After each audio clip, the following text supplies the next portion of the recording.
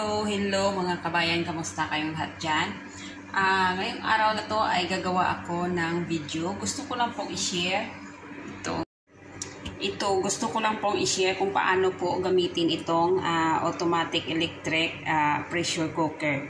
Kasi ito po ay i-share ko lang para po sa mga baguhan na bago lang po sa kanila kung paano ito gagamitin. So, kasi ngayon magluluto ako, gagamitin ko itong pressure cooker na to. Magluluto ako ng laham. So, dito ko lulutuin. So, ipapakita ko lang sa inyo kung paano po ito gagamitin mga kabayan. Sa mga newbie lang po ito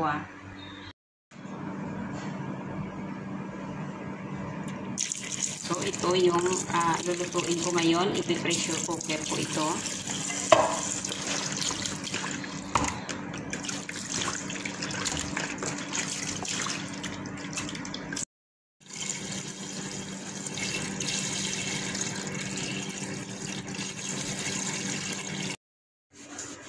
Pupunasan natin na walang tubig kasi electric ito. So, ito na. Ang tubig niya na inilagay ko ay hindi siya umabot ng 2.5. Hanggang dito lang siya sa 5. So, ilalagay na natin yan dyan. Tapos, ito siya, i-make sure natin na ayan. Ito siya, on and off yan. Diba? Ayan. Pag iyan ay nakalabas, ibig sabihin naka-open yan. Ayan, naka-open yan siya. Tapos, pag i-close natin, ayan siya ayun, nakapasok na yan siya. Hindi na yan matatanggal. Tapos, ito, ilalagay natin siya dito. Kasi kapag nakaganon yan siya, ang tubig sa loob na mauubos yun. Yan. Dapat nakaganon yan siya. Yan. Tapos, i-on na natin ito sa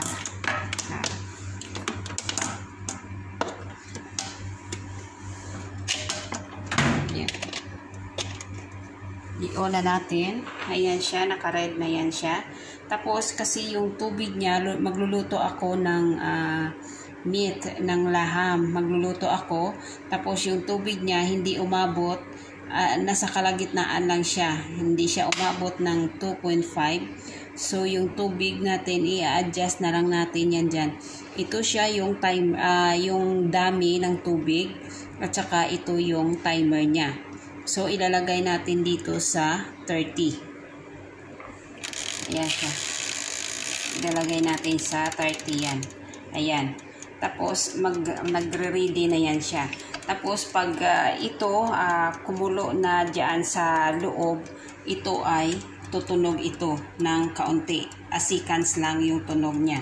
Tapos, pag kumukulo-kulo na yan siya, ito siya ay pag matapos na, tutunog lang yan siya. Ayan. Pero ilalagay ko siya balik kasi lulutuin ko pa siya. Tapos, pag mabuksan na mamaya, ipapakita ko na lang sa inyo. Ayan. Kasi pag bubuksan mo ito, na kumukulo ito sa loob, tapos bubuksan mo yan dyan, sabog yan sa mukha mo. Kaya yan, mag-ingatan talaga. Kasi kumukulo-kulo na. Tapos, ito, napasok pa ako. Tapos ito, nandito na siya. Lumalakad na siya kanina. Nandito yan siya sa 30. Tapos lumakad na siya dito. Dito sa kanina, ito pula, andito, tumunog ito ng seconds lang, tumunog siya. Ibig sabihin nun ay kumukulo na siya. Tapos yan, kumukulo siya sa loob. Tapos yung yung ilaw niya ay lumipat dito sa warm. 5 minutes, lilipat na naman yan dito.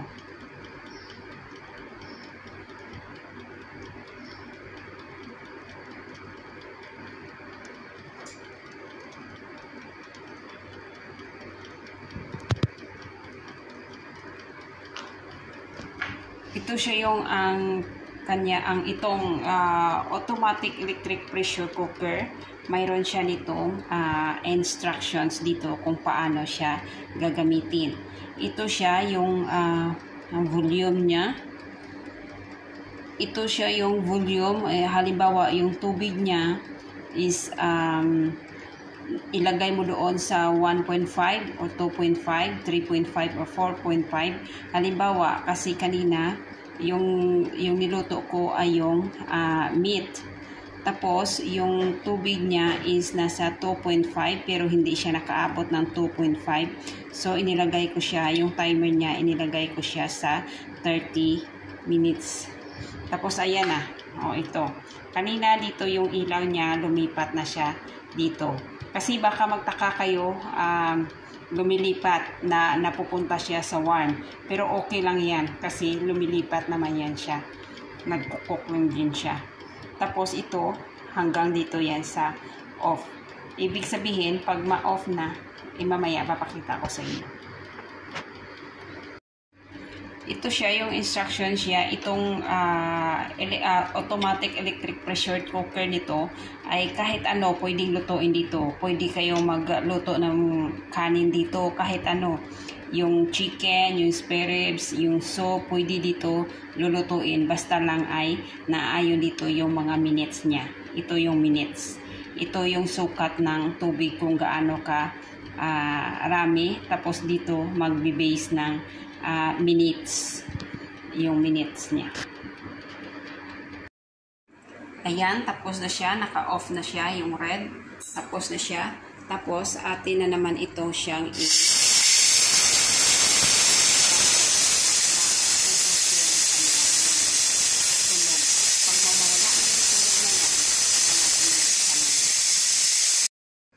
ayan, wala na yung tunog niya.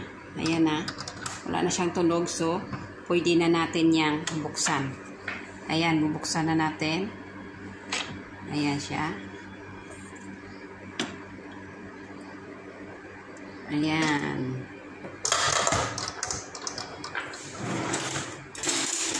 Tapos, tatanggalin na lang natin itong nasa gilid na dumikit-dikit na yan. Kasi yan ay malansa. So, dapat natin tatanggalin ito.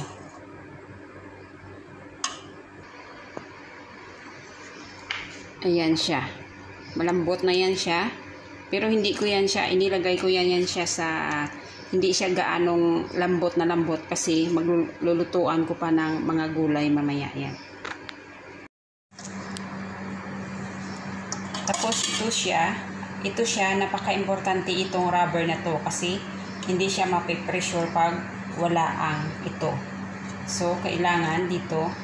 Tapos natatanggal ito siya, natatanggal pag huhugasan na. Tapos sa pagbalik, ipapakita ko lang kung paano siya ibabalik ito. Ayan.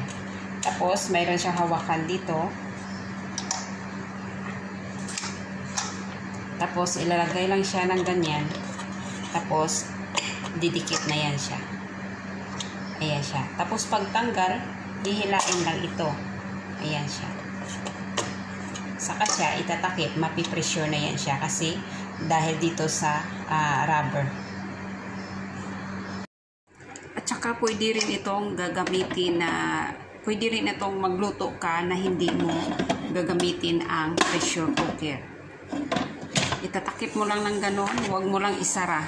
Dapat ay nakalabas ito. Huwag mo lang isara tapos ilalagay mo lang yan dito sa halimbawa magluluto ka ng mga gulay, i-continue mo. Ayan, i-continue mo kasi sa lunalaham yung luto ko. Hindi ko na gagamitin yung pressure cooker. Itatakip ko lang ng ganon. Ayan, tapos kukulo na yan siya.